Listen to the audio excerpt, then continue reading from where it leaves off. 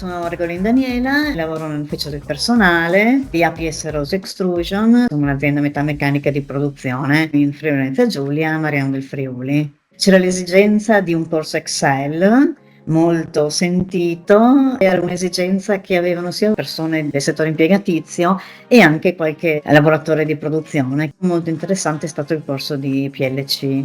Un'altra esigenza che abbiamo avuto era quella di fare un corso introduttivo di lingua slovena, perché molti trasportatori che accedono ai nostri uffici non parlano inglese e hanno sentito l'esigenza, le ragazze dell'ufficio, di avere un minimo di conoscenza dello sloveno. Devo dire che loro erano entusiaste. Fare formazione che non sia formazione di sicurezza offre sempre un piccolo ostacolo, perché uno non sa cosa proporre, che cosa potrebbe andare bene ai lavoratori, trovare il modo e il sistema corretto per fare formazione. Siamo stati seguiti molto bene, soprattutto lo vedo dal fatto che le persone erano molto contente, quindi siamo molto soddisfatti. Sicuramente ci siete venuti molto incontro, perché anche con il corso di sloveno, per esempio, abbiamo avuto delle esigenze aziendali, qualche persona mancava, ho visto che c'è stato veramente un grande venirci incontro nella gestione degli orari. Continueremo con un corso di sloveno richiesto a gran voce dalle persone che avevano frequentato il corso di sloveno, di poter continuare l'avventura in questa lingua, e quindi lo faremo.